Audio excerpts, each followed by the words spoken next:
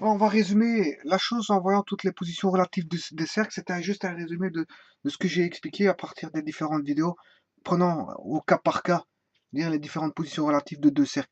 Bon, je prends ici dans le cas de figure où les deux cercles, bon, on peut avoir les positions relatives par rapport à une droite et un cercle, c'est pas ce que j'explique, hein. Peut-être, la droite peut être extérieure au cercle, hein, et peut-être tangent, il peut être, je veux dire, à l'intérieur avec deux points d'intersection. Ici, on n'a pas de point d'intersection, un point d'intersection.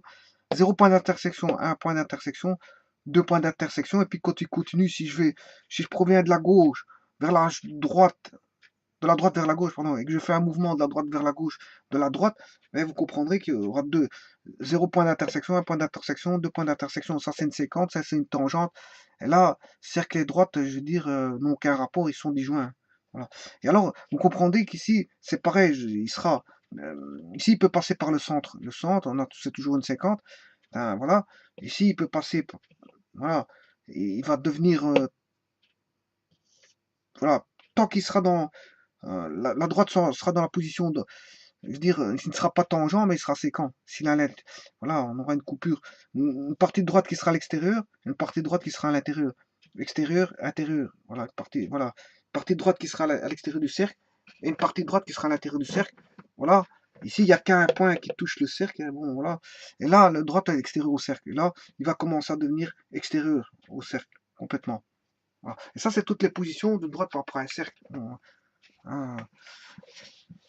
Et on peut faire la même chose avec deux cercles de même rayon, hein. Bon, on peut étudier, bon, le cercle, ici, ils ont le même rayon, hein. Je veux dire, si je prends par exemple, voilà, le diamètre, si le diamètre est comme ceci, voilà, le cercle ici, il est extérieur, là, il devient tangent, là, il devient séquent, à ce cercle-là, bien sûr, hein, je parle à ce cercle ici, par rapport à la position du cercle qui vient par là, par rapport à ce cercle-là.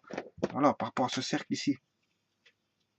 Ben, le cercle, si il vient de par là, il peut être 0 point d'intersection, un point d'intersection qui est le point de tangente, deux points d'intersection qui est le point de séquente. Et donc là, on va dire qu'il est, je dirais, cercle-là et cercle-là est disjoint, cercle-là, il est tangent, disjoint extérieurement, séquent extérieurement, là c'est séquent, là, c'est tangent extérieurement, séquent, deux points, voilà. Et puis, il peut continuer comme ça, en venant de la gauche vers la droite. S'il arrive ici, ben, ils sont concentriques. Voilà, ils sont concentriques, même centre, et ils sont confondus. Il y a une infinité de points d'intersection. Maintenant, s'il fait ceci, ben, deux points d'intersection. S'il fait ceci, un point de tangence. Et s'il fait ceci, ben, il est disjoint extérieurement. Voilà. Ça, c'est les cas de figure si les cercles sont, je veux dire, comment on appelle ça, de même diamètre. Maintenant, le cas de figure plus intéressant, la position relative de deux cercles, c'est un grand cercle et un petit cercle, hein. Voilà, vous avez voilà la position du cercle de départ, voilà, et vous avez un petit cercle. Voilà. Là, ils sont disjoints extérieurement, et là, on sait bien que, bien sûr, il faut, pour les exprimer, il faut parler des distances au 1, au 2. Là, on va dire que la distance au 1, au 2 est supérieure à R1 plus R2. Voilà. Premier cas de figure. Au 1, au 2, voilà, au 1, au 2 est supérieur à la distance. Bien sûr, ici, on a R1, et là, on a le rayon R2. Voilà. Donc, quand ils sont disjoints extérieurement, on a au 1, au 2, plus grand que R1, R2. Bon, R1 plus R2, et ça, je l'ai montré dans une vidéo séparée. Voilà, dans une autre vidéo séparée, quand le cercle commence à venir ici, ben, ici, il devient tangent. Il y a un point, quand il est disjoint, il n'y a pas de point d'intersection. Hein, voilà, disjoint extérieurement. Quand il est séquent, tangent, il a un point d'intersection. Ici, il est tangent extérieurement. Hein, voilà, le cercle est toujours extérieur au rouge est toujours extérieur au vert. Voilà, que je peux appeler C2. Et le vert, C1. Et là, qu'est-ce qu'on peut dire? Ben, s'il est tangent, on peut dire que au 1, au 2, au 1, au 2, est égal à R1 plus R2. Au 1, au 2, hein, est égal à R1 plus R2.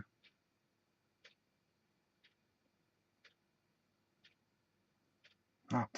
Bon, donc ici, quand il est là, avec cette distance-ci, c'est O1, O2 plus grand que R1 plus R2. Voilà. Maintenant, si le cercle fait ceci, vous comprendrez que si le cercle fait ceci, mais il devient tangent en 2 points. Voilà. Il y a une partie extérieure, une partie intérieure au cercle C1.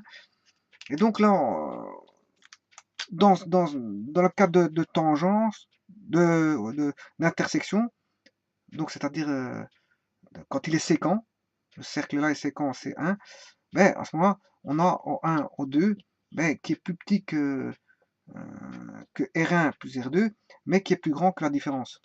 R1 moins R2. Voilà. Et alors on peut avoir le cas de figure ici. Là, il devient tangent intérieurement. S'il est tangent intérieurement, à ce moment-là, on a O1, O2.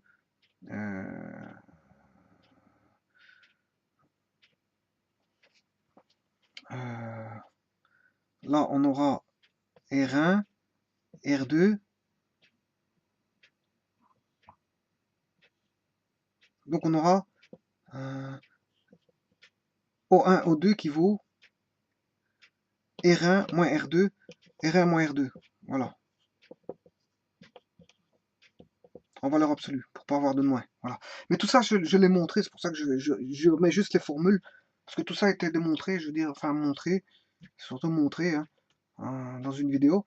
Maintenant, s'il est là, si le cercle est disjoint, là, il est là maintenant le cercle, il est disjoint intérieurement, disjoint, c'est-à-dire qu'il n'y a pas de point d'intersection, il n'y a pas de point de tangence avec le cercle C1, ben on a O1, O2 qui est strictement positif, bien sûr, et qui est plus petit que R1 moins R2. Ici, autant ici il est plus grand, O2 est plus grand qu'R1 moins R2, ici O1 moins O2 est plus petit que R1 moins R2. Voilà. Et s'il se trouve centré, à ce moment-là, on a O1, O2 qui vaut 0. Voilà. On a tous les cas de figure. Donc on aura le cercle qui est disjoint extérieurement, tangent extérieurement. Là, on aura séquent, tangent intérieurement, disjoint intérieurement, et enfin